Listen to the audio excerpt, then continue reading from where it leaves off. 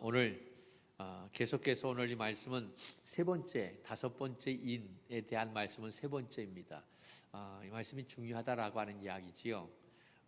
다섯 번째 인을 뗄 때에 하나님의 말씀과 그들이 가진 증거로 말미암아 죽임당한 영혼들이 있는데, 그 죽임당한 영혼들이 어디 밑에 있다?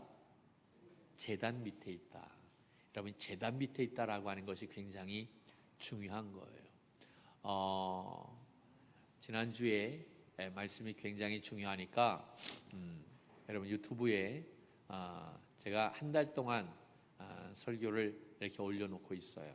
그러니까 한 달 지나면 그냥 이제 없애버립니다. 그러니까 지난주 말씀, 오늘 말씀은 지난주 말씀을 또 잘 이해해야 그 말씀이 연결되어지니까 또 한번 보실 수 있기를 바라고요.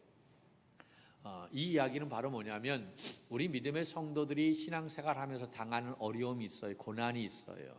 또 우리가 봉사하고 헌신하고 섬기는 일들이 있다라고 하는 거지요. 그것을 하나님은 무엇으로 보시냐면 제사로 보시겠다라고 하는, 제물로 여기신다라고 하는, 그것을 지금의 말로 이야기한다면 예배로 받아 주시겠다라고 하는 거예요. 우리가 신앙생활하면서, 우리가 기도하면서 때로는 이러한 마음 들 때가 있어요. 이것이 의미가 있나?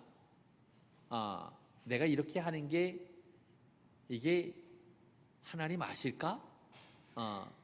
이런 마음이 훅 들 때가 있어요. 여러분 없어요? 할렐루야. 여러분 훌륭하시는 거예요. 대단하신 거예요. 그런데 사람이기 때문에 내가 하는 것이 이게 의미가 있나 라고 생각이 들 때가 있어요. 내가 기도하고 애쓰는 것, 때로는 지치기도 하고 힘들기도 하고 번아웃 되는 그러한 모습들이 있어요. 그때마다 모든 것을 다 내려놓고 싶은 마음이 있지요. 그때 주님께서 우리에게 하시는 말씀이 바로 뭐냐? 야, 그거 헛수고 아니야. 의미 없는 것 아니야. 너의 그 수고 내가 예배로 그렇게 받아주는 거야. 할렐루야. 우리가 오늘 주님 앞에 예배하죠. 이 예배보다 더 중요한 것이 바로 뭐냐? 내가 신앙생활하면서 눈물 흘리고 기도하고 애쓰고 또 그것 때문에 내가 고통당하는 그 자체를 하나님은 귀한 예배로 여기신다라고 하는 거예요. 할렐루야. 그 예배가 소중함을 믿으시기를 바랍니다. 할렐루야. 주님 때문에 내가 어려움을 당하는 것, 그것 때문에 피눈물 흘리는 것, 여러분 그것이 굉장히 중요한 하나님 앞에 예배가 된다라고 하는 거예요.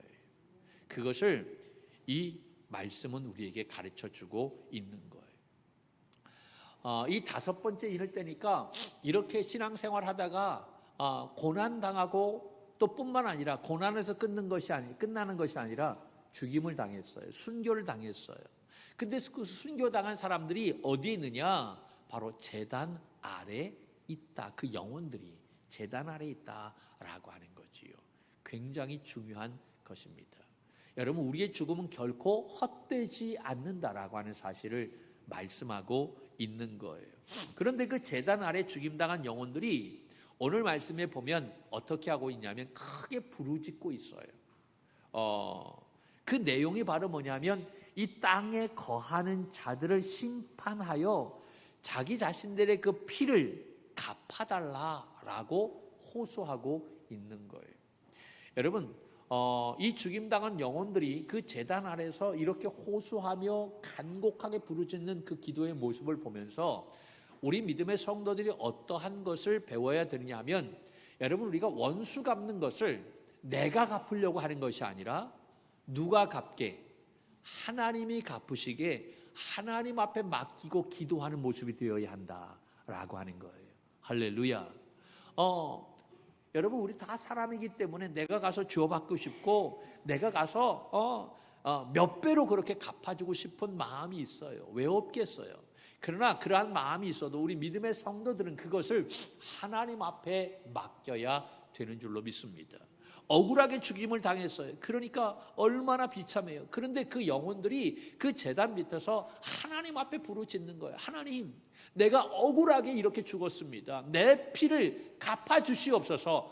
언제까지 내가 기다려야만 됩니까? 절규하고 있는 모습인 거예요. 하나님 앞에 부르짖고 있는 모습인 거예요. 여러분, 우리가 상대해야 할 대상은 나의 원수를 내가 직접 상대하는 것이 아니라 내가 하나님을 상대해야만 된다라고 하는 거예요. 하나님 붙잡아야 된다라고 하는 거예요. 하나님 앞에 매달리고 하나님 앞에 부르짖는 우리 믿음의 종들이 되기를 축복합니다. 10절의 말씀을 다시 한번 볼까요? 10절 봅니다. 시작. 큰 소리로 불러 이르되. 어떤 소리로? 네, 억울한 일을 당했을 때 우리가 누구 앞에 큰 소리로 그렇게 불러 외치냐면 하나님 앞에, 그 원수들 앞에 가고 큰 소리로 내가 똑같은 방법으로 그렇게 하는 것이 아니라 내가 억울하게 여러 가지로 정말 아픔을 가지고 있었을 때 그 아픔과 그 고통을 가지고 하나님 앞에 나와서 하나님 앞에 큰 소리로 불러 외쳐 아뢰라라고 하는 거예요. 할렐루야. 그 다음에 뭐라고 얘기한? 시작. 거룩하고 참되신 대주자여, 땅에 거하는 자들을 심판하여 우리 피를 갚아주지 아니하시기를 어느 때까지 하시려 하나이까 하니. 여러분, 지금 죽음 당한 영혼들이 소리를 지르고 있는 거예요. 큰 소리로. 제단 아래서 그 소리치는 영혼들은 억울한 죽임으로 철저한 보복을 하나님 앞에 호소하고 있는 거예요. 우리가 복음을 듣고 예수 그리스도를 고백하며 따르는 그러한 삶을 살다 보면 우리가 완벽하지는 않아도 우리의 인생의 방향이 신앙으로 돌아서게 되는 줄로 믿습니다. 왜냐하면 우리의 마음속에 예수 그리스도를 영접하는 순간 신앙 양심이 살아 움직이기 때문에 그런 거예요. 이 신앙 양심이 있게 되면 내가 옛날에는 믿음 생활 하지 않을 때는 막 했어. 그런데 그 신앙 양심이 있으면 이게 멈추게 된다라고 하는 거예요. 완벽하지는 않아도 나의 인생의 방향이 이렇게 신앙의 방향으로 돌아서게 된다라고 하는 거지요. 우리의 삶의 영역에서 신앙적인 원칙과 기초를 가지고 살아가게 되는 줄로 믿습니다. 그런데 그러한 신앙 양심을 가지고 신앙적인 원칙과 기초를 가지고 내가 이 세상에서 살다 보면 억울한 일을 당해요? 많이 당해요? 분통한 마음이 있어요? 없어요? 있어요. 신앙의 원칙과 그 기초를 가지고 내가 이 세상에서 살다 보면 억울한 일을 당할 때가 한두 번이 아니에요. 여기서부터 끌어오르는 그러한 마음, 그것을 참아내야 하는 그러한 순간이 많이 있다라고 하는. 예전에는 그것을 터뜨려 버렸는데, 그런데 그 신앙 양심 때문에 터뜨리지 못하는 거예요. 그래서 억울한 거예요. 그래서 분한 마음이 우리에게 있는 거예요. 우리가 동일하게 세상적인 방법으로 그렇게 대응할 수 없기 때문에 억울한 마음이 우리에게 있다. 여러분, 이때 우리가 할 수 있는 일이 바로 뭡니까? 제가 한 주간 동안 기도하며 생각했어요. 하나님, 이런 때 정말 할 수 있는 일이 뭡니까? 생각이 안 나더라고요. 그런데 갑자기 누가복음 16장의 말씀이 딱 떠오르는 거예요. 누가복음 16장의 말씀이 어떠한 말씀이냐면 부자와 나사로의 이야기예요. 이 세상에 살 때 그 부자의 대문에서 나사로가 그냥 거지로 그냥 그렇게 먹을 것을 달라면서 살았어요. 그런데 동일하게 다 죽었어요. 죽었는데 하나님의 나라 가보니까 역전이 되어졌어. 이 나사로는 아브라함의 품에 안기고 부자는 음부에 떨어지고. 그런데 음부에서 보니까 그 나사로가 너무나 편하게 그렇게 아주 아름다운 그런 모습을 갖고 있는 거예요. 자기는 그 음부에서, 그 지옥에서 너무나 목말라서 애타고 있는데, 그래서 그가 아브라함에게 이야기하죠. 저 나사로에게 좀 이야기를 해서 좀 물 한 모금 그 손가락에 찍어갖고 내 입에 좀 서늘하게 좀 해달라라고 요청하고 있잖아요. 이 말씀이 떠오르면서 내가 이 세상에 살면서 우리가 믿음의 삶을 살아가게 될 때 억울한 일을 당하면 그때 우리가 이 말씀을 생각하자. 이 말씀 생각하면 되지 않느냐라고 하는. 그래, 천국에서 너 보자. 할렐루야. 너 천국에서 보자. 여러분, 이 세상의 삶이 영원하지가 않아요. 하나님의 나라의 삶이 영원한 줄로 믿습니다. 우리의 본향은 저 하나님의 나라예요. 이 잠깐 동안의 삶, 여러분 거기에 얽매이지 말아라라고 하는 거예요. 우리가 하나님 앞에 설 때가 있다라고. 그 하나님 앞에 설 때에 부끄러움이 없는 우리의 모습이 되어야 할 줄로 믿습니다. 그래서 우리 그리스도인으로서 승리하며 살기 위해서 우리가 좀 준비하며 또 우리가 살아야 하는 것 중에 아주 중요한 것 하나가 있다고 한다면 좀 뭐라고 얘기해요? 영적인 그런 신앙의 맷집이 좀 있어야 되지 않겠나. 여러분, 우리 믿음의 야성이요 굉장히 많이 없어요. 우리 어른들은요 정말 무섭게 기도했잖아요. 그래서 웬만한 어려움에도 흔들리지 않았어요. 흔들리지 않았지. 그런데 우리는 그만큼 기도가 뒷받침되지 않아서 그런지 몰라도 조그마한 문제 가운데 그냥 빅빅 쓰러지고 너무나 연약한 그런 모습을 갖고 있는 것을 보아요. 지금 우리에게 필요한 것 중에 하나가 있다면 이 신앙의 맷집이 좀 있어야 되겠다라고 하는 생각입니다. 할렐루야. 여러분, 유도를 우리가 할 때 유도 뭔지 알죠? 지금 아시안 게임 하고 있는데 유도에서 누가 금메달 땄잖아요. 그 유도를 배울 때 제일 먼저 하는 것이 바로 뭔 줄 아십니까? 네? 제일 먼저 배우는 게 해봤어야 되는데 낙법이에요. 낙법을 제일 먼저. 아니, 유도를 배우면 업어치기 먼저 배우고 다리 걸려서 넘어뜨리고 막 그냥 이걸 먼저 배워야 되는데 그걸 먼저 배우지 않고 낙법을 먼저 배워요. 낙법이 바로 뭡니까? 넘어지는 거예요. 넘어지거나 떨어질 때 적절한 자세를 취해서 충격을 덜 받게 하는 방법이 낙법이에요. 그 넘어질 때 어떻게 넘어지느냐에 따라서 우리가 충격을 덜 받을 수 있다라고. 그 방법을 잘 습득해야만 된다라고.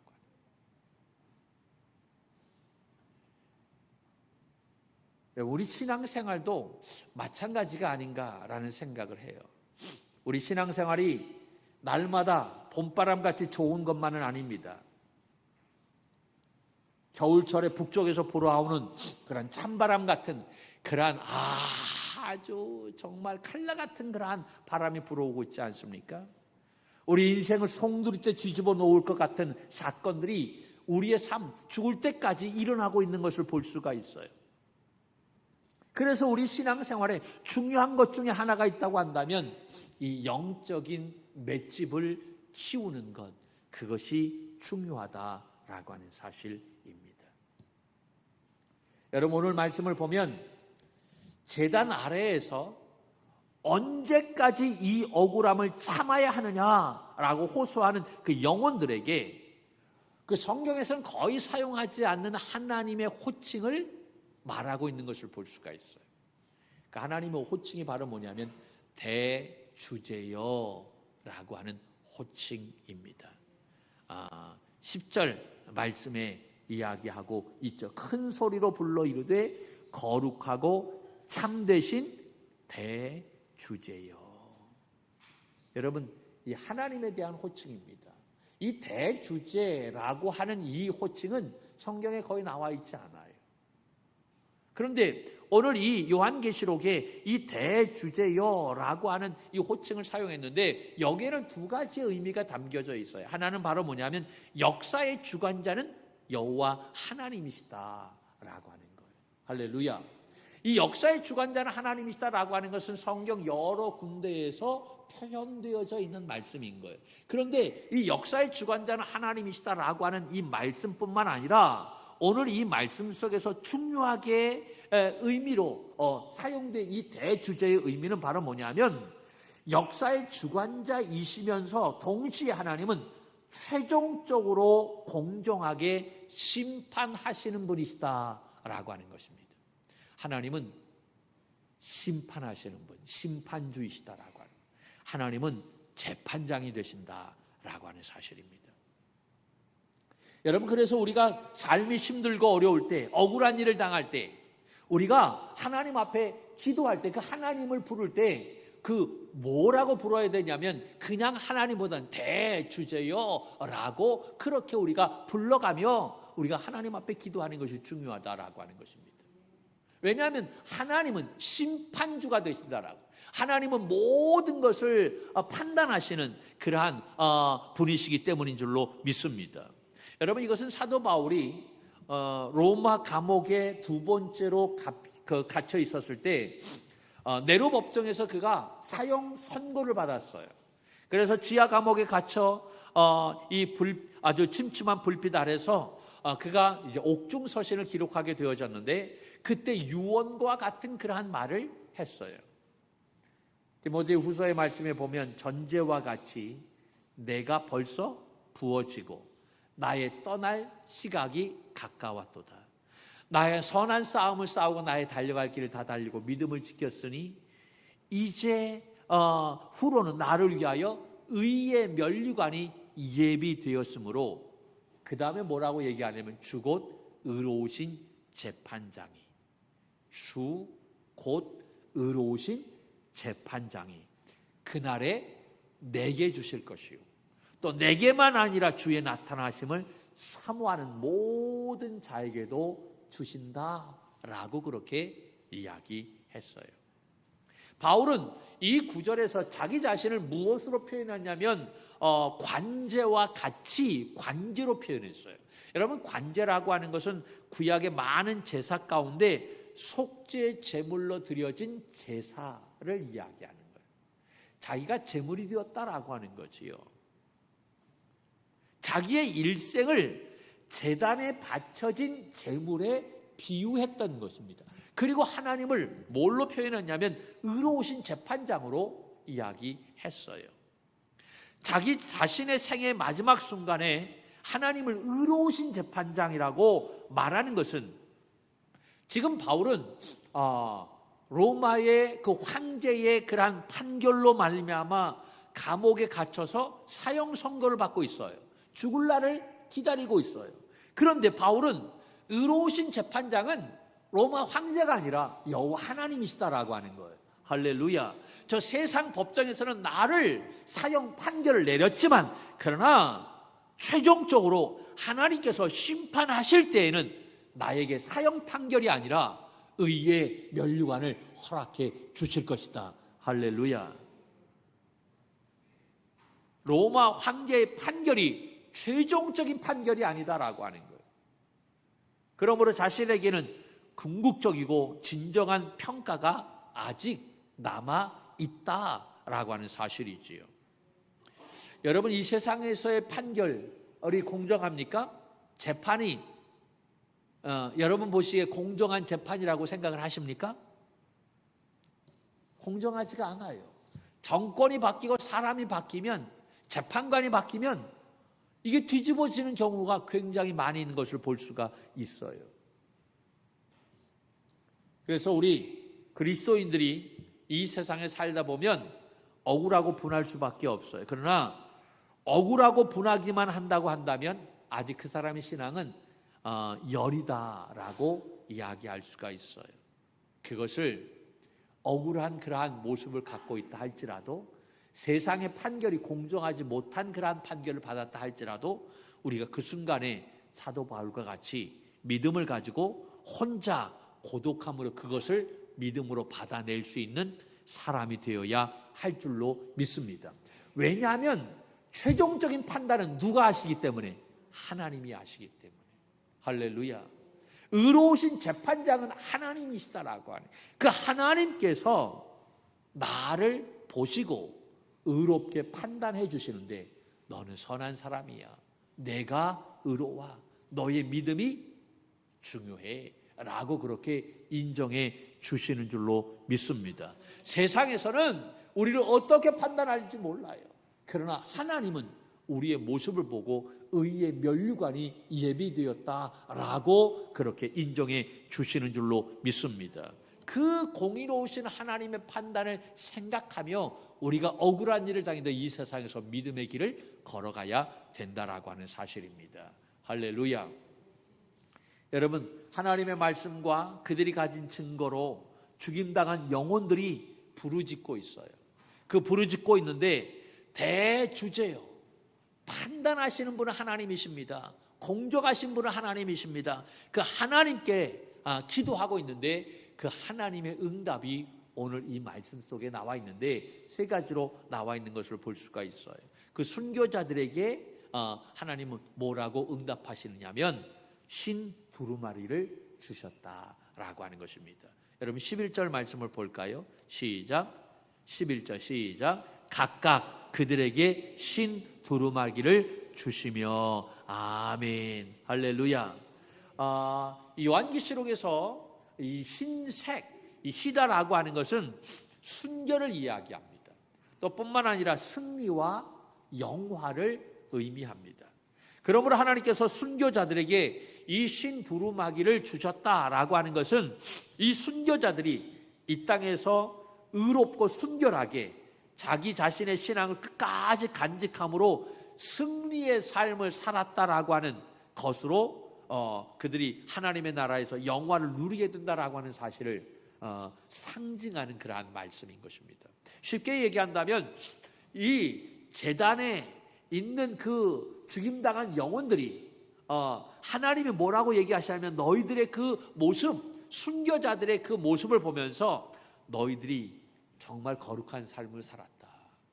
너희들이 온전한 삶을 살았다. 너희들이 옳았다. 너희들이 진실하다.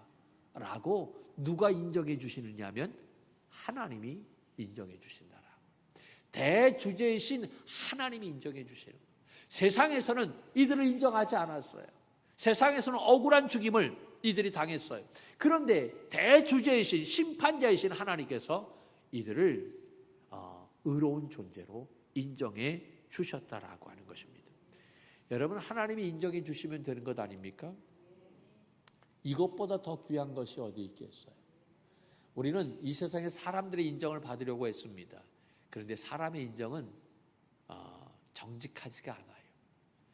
여러분, 좋은 사람이 어떤 사람입니까? 우리가 좋은 사람이야, 저 사람은 나쁜 사람이야 라고 그렇게 이야기하잖아요. 네, 여러분, 제가 좋아요, 나빠요? 할렐루야. 여러분 사랑합니다. 우리가 누구를 판단할 때 야, 좋은 사람이야, 저 사람은 나쁜 사람이야 라고 이야기하는데 그 기준을 어디다 두고 이야기합니까? 다 나예요. 나한테 잘하면 그 사람은 좋은 사람이요, 나쁜 사람이요? 좋은 사람이요. 나한테 잘못하면 그 사람은 어떤 사람이요? 나쁜 사람이요. 그냥 나쁜 사람입니까? 나쁜 X라고 얘기하잖아요.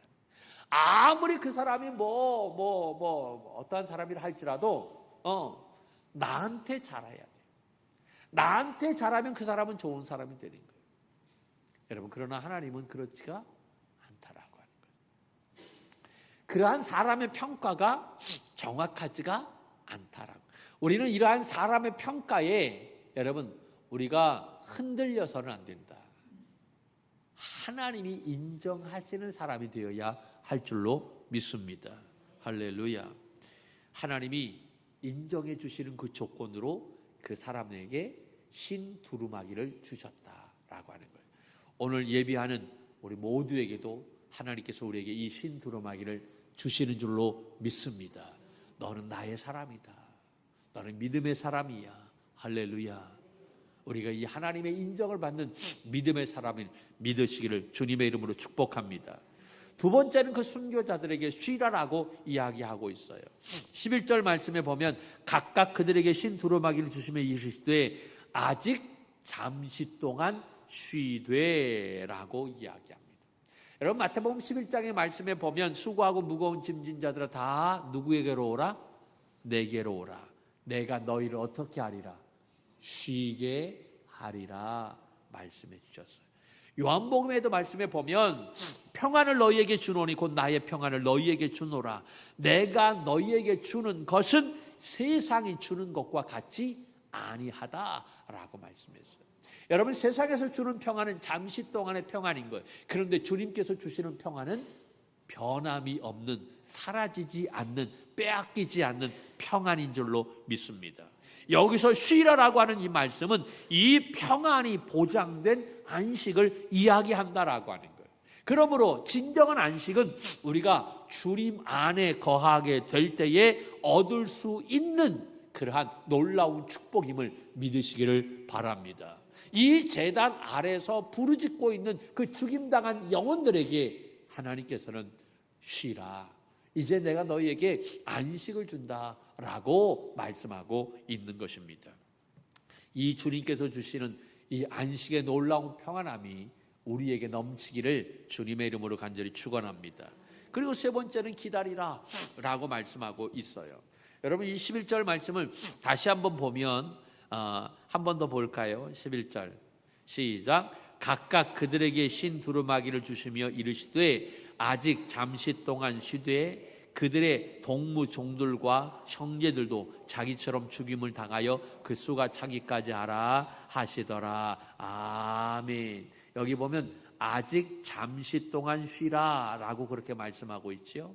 이 말씀은 잠깐 쉬고 있으라 라고 하는 그런 뜻이 아니라 이 하나님의 나라가 이미 도래했지만 아직 하나님의 나라가 완성되지 않았다라고 하는 거예요. 그러니까 여기서 잠시라고 하는 것은 우리에게 이 기다림의 시간이 있어야만 된다라고 하는 이야기인 것입니다.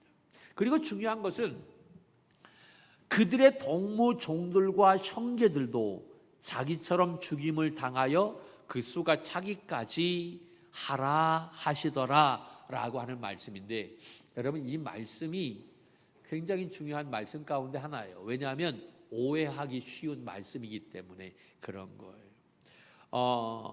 이단에서는 또 과격한 선교단체에서는 이 말씀을 어떻게 해석을 하냐면, 하나님이 작정하신 순교자의 수가 있는데 그 수가 차야만 메시아가 온다, 예수님이 온다, 하나님의 나라가 완성된다 라고 그렇게 이야기하고 있어요. 그래서 우리가 순교해야만 된다, 그래야 하나님의 나라가 올 수 있다 라고 하는 식으로 말하고 있어요. 아주 비장하게 들리는 그런 말씀이기는 하지만 굉장히 위험한 말씀이다라고 하는 거예요. 이 말씀은 정해진 순교자가 차야만 하나님의 나라가 완성된다라고 하는 그러한 말씀이 아니라, 하나님의 나라가 완성될 때까지는 우리에게 억울함과 답답함이 다 풀리지 않는다라고 하는 이야기인 것입니다. 이 말씀은 하나님의 계획과 섭리 속에서 아직은 심판의 때가 이르지 않았음을 의미하는 거예요. 아직 심판의 때가 이르지 않았지만 때가 되면 심판이 이루어진다라고 하는 그러한 말씀입니다. 그러므로 우리는 하나님의 약속의 말씀이 반드시 이루어질 것을 믿고 하나님의 때가 임하기까지 기다릴 줄 아는 믿음의 성도들이 되어야 할 줄로 믿습니다.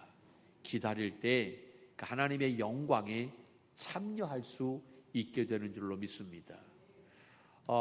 여러분, 하나님은 하나님의 택하신 백성들이 다 돌아오기를 지금도 기다리고 계시는 줄로 믿습니다. 지금도 문 밖에서 두드리고 계시다라고 하는 사실인 거예요. 밤새 기다리고 있는 거예요. 여러분, 집 나간 탕자가 돌아올 때까지 아버지가 밖에 나가서 그 아들이 돌아오기를 기다리는 것처럼 아버지의 마음이 우리 한 심령이 돌아오기를 기다리고 있는 거예요. 그 아버지의 마음을 안다라고 한다면 우리도 기다려야 한다라고 하는 거예요. 할렐루야. 어느 때까지 우리의 이 원수, 이 피를 갚아주시지 않겠습니까? 어느 때까지 기다려야 되겠습니까? 라고 그렇게 한탄하고 있는데 아직 그래도 하나님은 안타깝지만 그 영혼들이 회개하고 돌아오기를 기다리고 있다라고 하는 거예요. 여러분, 우리가 작정한 예비 신자 주님 앞에 나오기까지 여러분 우리가 얼만큼 기다려야 될까요? 한없이 기다려야만 됩니다. 그 심령들이 돌아올 때까지 기다릴 수 있기를 바랍니다. 쉽게 돌아옵니까? 쉽게 돌아오지 않아요. 여러분, 영혼을 살리는 일은요, 내 생명을 걸어야만 됩니다. 생명이 생명을 낳게 되어 있는 거예요. 죽으면 생명을 낳아요? 못 낳아요. 생명을 걸어야만 그 생명을 얻을 수가 있다라고 하는 거예요. 그러니까 한 영혼을 구원하는 게 이게 쉬운 일이 아닌 거예요. 또 참고 또 참고 또 기다리고 인내해야만 되는 거예요. 여러분, 하나님이 인내하셨어요. 주님이 기다리셨어요. 우리가 그 믿음을 가지고 우리도 기다릴 줄 아는 우리 청지기가 되어야 할 줄로 믿습니다. 기다림은 결코 헛되지 않는다라고 하는 사실입니다. 참된 평안과 안식은, 다시 말해서 천국은 소망 가운데서 믿음을 잃지 않고 기다리는 자에게 주어지는 줄로 믿습니다. 여러분, 계시록 5장 말씀에 보면 이 4장 5장이 천상 예배잖아요. 다 말씀을 드렸죠. 천상 예배인데 네 생물과 모든 그런 피조물들이라고 얘기했죠. 24장로들과 모든 성도들과 천군 천사들이 하나님 앞에 예배하는 그러한 모습인데, 그 네 생물과 24장로들이 들고 있는 것이 금대접이에요. 금대접. 근데 그 금대접에 향으로 가득하게 되어 있어요. 그 향이 바로 뭡니까? 기도의 향입니다. 성도들의 기도의 향이 그 24장로 네 생물의 그 손에, 그 금대접에 가득 담겨져 있는 거예요. 그것이 천군 천사들에 의해서 하나님의 보좌 앞에 올려져 가는 것이지요. 여러분, 우리 성도들의 기도가 하나도 빠지지 않고 그 금대접에 담아서 하나님 앞에 올려진다라고 하는 사실입니다. 할렐루야. 하나님은 우리의 신음소리에도 응답하시는 분이신 줄로 믿습니다. 우리의 기도 헛되지 않는다라고 하는 거예요. 여러분, 우리가 여러 가지 어려움을 당하고 또 분한 일이 생길 수 있어요. 그때 내가 직접 상대하는 것이 아니라 우리는 누구를 상대하는 거예요? 하나님을 상대하는 거예요. 하나님을 상대해서 하나님, 나의 이 원한을 풀어달라고 하나님 앞에 기도하는 거예요. 그러면 그 하나님께서 해결해 주시는 줄로 믿습니다. 하나님이 해결해 주실 때까지 믿음을 가지고 인내하는 삶이 되어야 할 줄로 믿습니다. 하나님의 해결이 완벽한 해결임을 믿으시기를 바랍니다. 여러분, 이 한 주간 하나님께서 또 우리에게 허락해 주셨어요. 우리의 대주제이신, 여러분, 대주제다라고 하는 것은 심판자가 되신 하나님, 할렐루야, 재판장이 되신 하나님이신 거예요. 공정하게 우리의 모든 것을 판결해 주시는 하나님이신 줄로 믿습니다.